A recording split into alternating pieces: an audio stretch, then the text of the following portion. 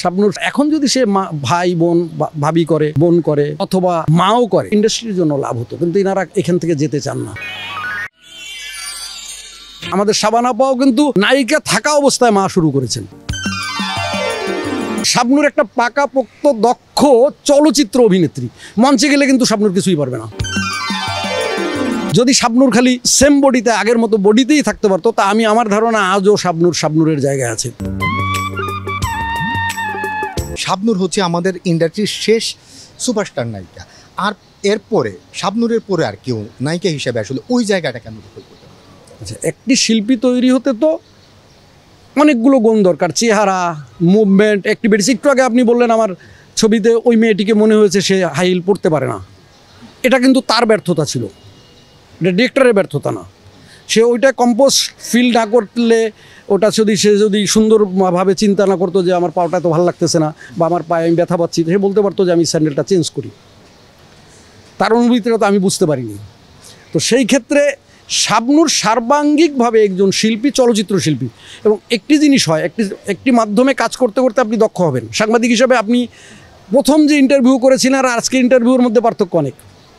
তো শাবনূর একটা পাকাপোক্ত দক্ষ চলচ্চিত্র অভিনেত্রী, মঞ্চে গেলে কিন্তু শাবনূর কিছুই পারবে না। শাবনূরের অ্যাঙ্গেল, লাইট অ্যাঙ্গেল নেওয়া, শাবনূরের মুভমেন্ট, হাঁটা চলা সব চলচ্চিত্রের মধ্যে ফিক্সড। তো শাবনূর এই জন্য অভিনয়ের পাশাপাশি তার সমস্ত স্ট্রাকচার ছিল চলচ্চিত্রের, যার জন্য দর্শক নিতে পেরেছে। সাথে জুটি পেয়েছিল কয়েকটা ভালো, সালমানও ছিল, সব মিলিয়ে কিন্তু শাবনূর উঠে আসছে। এখনকার শাবনূর হলো, যদি শাবনূর খালি সেম বডিতে আগের মতো বডিতেই থাকতে পারতো, তা আমি আমার ধারণা আজও শাবনূরের জায়গায় আছে, এত দর্শক প্রিয়তা আছে তার।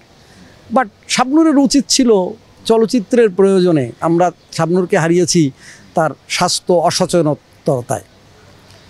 শাবনূর স্লিম থাকলে আমাদের উপকার হতো। আর এখন যদি সে ভাই বোন ভাবি করে বোন করে অথবা মাও করে, যেমন অল্প বয়সে খালেদা আক্তার কল্পনা মা করেছেন, আমাদের শাবানা আপাও কিন্তু নায়িকা থাকা অবস্থায় মা শুরু করেছেন। এটা করলে কিন্তু আমাদের দর্শক ইন্ডাস্ট্রির জন্য লাভ হতো, কিন্তু এনারা এখান থেকে যেতে চান না। এখনো প্রচুর দর্শক আছে বাংলা চলচ্চিত্র দেখতে, এই দর্শকদের উদ্দেশ্যে যদি বলেন। হ্যাঁ, এই যে বরবাদ দেখেছেন, বরবাদ নিঃসন্দেহে ভালো ছবি। এ পর্যন্ত এমন কোনো লোক সমালোচনা করেনি ছবিটির। আমি বলবো বরবাদের মতো ভালো ছবিগুলো দেখবেন, দেখে গালি দিবেন, তালি দিবেন, আপনাদের অধিকার আছে, দিবেন। দিলেই চলচ্চিত্র উন্নয়ন হবে, আমরা সংশোধিত হব। আপনারা হলে যাবেন দয়া করে। ধন্যবাদ আপনাদের।